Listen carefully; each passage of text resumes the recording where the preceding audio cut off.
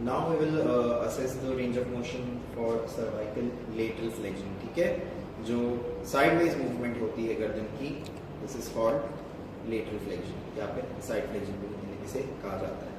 Now the position of the patient will be again short sitting.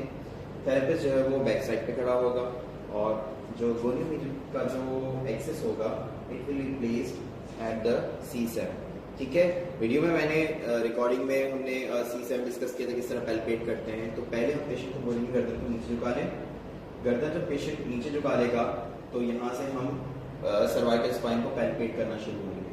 ठीक है, जो सबसे ज्यादा उभरी हुई रीढ़ की हड्डी होगी यहाँ पर गर्दन के लेवल की वो C7 होगी. ठीक है, तो C7 जब हमने लोकेट कर दी तो हम पेशेंट को बोलेंगे दोबारा गर्दन ऊपर उठा लें, सर ऊपर उठा लें. हाँ, तो यहाँ पे हमने क्या किया कि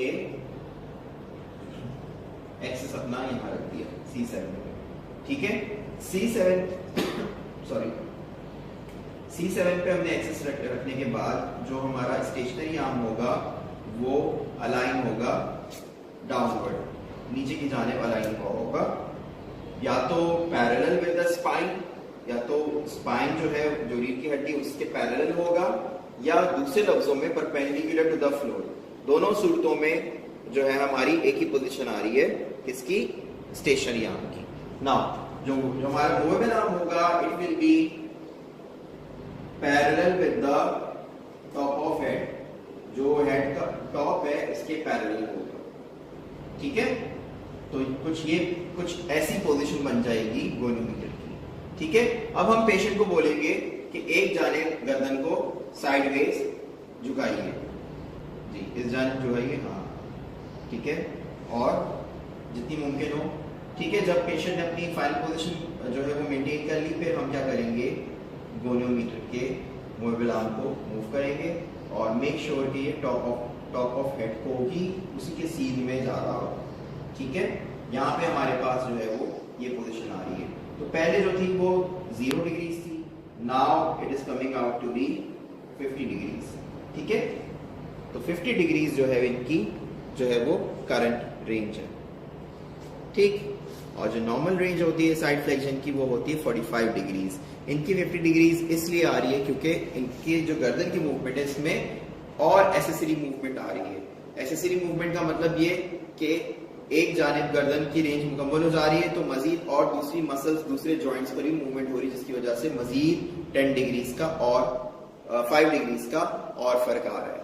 ठीक है, वरना नॉर्मल रेंज जो होती है वो 0 से लेके 45 डिग्रीज तक होती है. अब हम क्या करेंगे कि दूसरी जानिब भी हम पेशेंट की मूवमेंट करवाएंगे.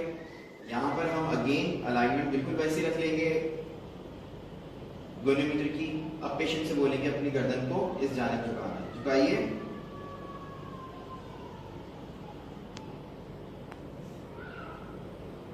ठीक है, हमने क्या किया, अब अगेन टॉप ऑफ हेड से अलाइन कर दिया. पहले 0 आ रही थी, अब आ रही है 42 टू 43 डिग्रीज इनकी रेंज यहाँ पर. ठीक है, तो यहाँ पे इस साइड पे इनकी जो रेंज है वो नॉर्मल रेंज के अंदर है और दूसरी जानिब जो रेंज है इनकी नॉर्मल रेंज से बाहर है. ठीक है, ऐसा हो भी सकता है, पॉसिबिलिटी भी हो जाती है कि किसी पेशेंट की जो है वो नॉर्मल रेंज से ज्यादा रेंज आ जाए, जिसको हम हाइपर मोबिलिटी कहते हैं. ठीक है, तो हाइपर मोबिलिटी की जो वजूहात है उसमें एक ये वजह भी है कि अगर मसल फ्लैसिड हो या मसल वीक हो तो उसकी जो रेंज है वो बढ़ जाती